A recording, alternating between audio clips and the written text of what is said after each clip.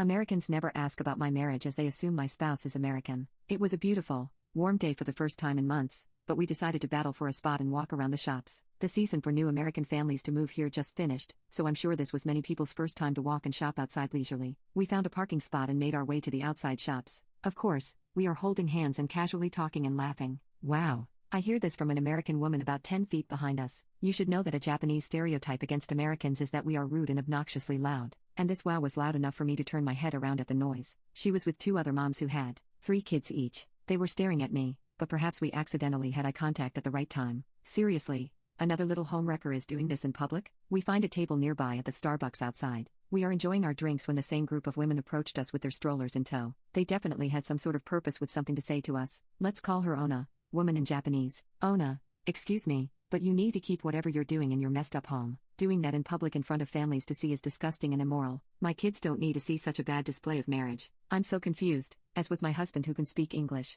Who knew drinking coffee outside was a crime against humanity and marriage? I asked. I'm sorry. What did we do? Ona, you know exactly what you're doing. She points to my wedding ring. Me. No, I don't. Ona, good lord. Does your husband know about this? Is he on a ship right now? That's so like a dependapotamus. Her friends laugh. In case you don't speak military, a dependapotamus is slang for a military wife who stays at home all day, doesn't clean, uses their spouse as an ATM, and looks like Jabba the Hutt. It dawns on me. She thinks I'm a military spouse and I'm cheating on my American husband. I started laughing because she's suggesting I was cheating on my husband. With my husband. Me. This is my spouse. I'm actually not part of the military community and have a Japanese visa. Ona looks at my significant other up and down. The 2 women behind her apologized, but the Ona didn't believe it. Ona, no one would voluntarily want to live in this little town. Nice lie, but you're not representing the military community. You make all of us wives look like whores. Who is your husband and what's his rank? Also, I need your dependent ID. My husband is a high rank, so he'll make sure your husband is aware of your infidelity. She pulls out her phone to probably type my response. I'm offended since this is a nice place to live and open to foreigners.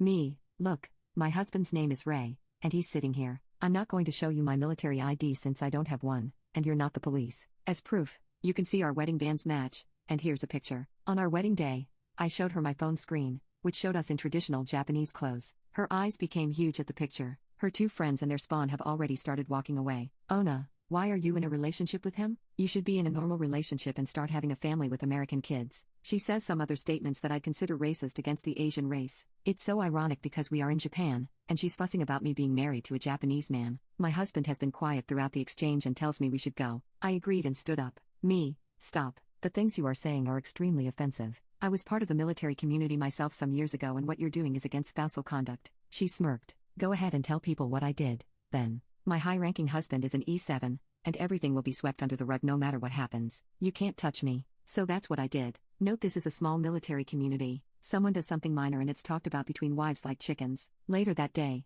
I ran into my friend who works on the base. She's well known in the community as one of the main event coordinators. I didn't miss this chance to comply with Ona's demand and explain the exchange to my friend and how it made my husband extremely uncomfortable with her remarks. She asked me if this person looked like so-and-so, to which I said yes. My friend rolls her eyes. Friend, she just arrived a couple of months ago and is already causing problems with rumors and drama. Looks like we have a racist, too. I'll make sure what she said is passed on. It's been half a year, and I haven't heard anything about Ona again since I distanced myself from making military friends here. I've only been in my new city for a little over 2 years and experienced more drama from military families than I have my whole high school career. That is, until now. Last week, I ran into my friend, who was preparing to return to the United States. We had a little discussion about her moving and my family planning and dropped a bombshell. Friend, do you remember Ona, who accused you of cheating on your non-existent military spouse and called your husband a racist name? Me, of course. I haven't heard anything from her since. Friend, well, I mentioned we were already having problems with her soon after she arrived. I told my boss that a person was bothering and threatening civilians and asking for IDs, which isn't allowed for someone with her status. My boss was extremely interested after I mentioned her name because Ona was scheduled for an interview in my department. I suggested we look at her social media accounts from her past behavior because we don't tolerate racism. It was easy to find her on Twitter and Facebook,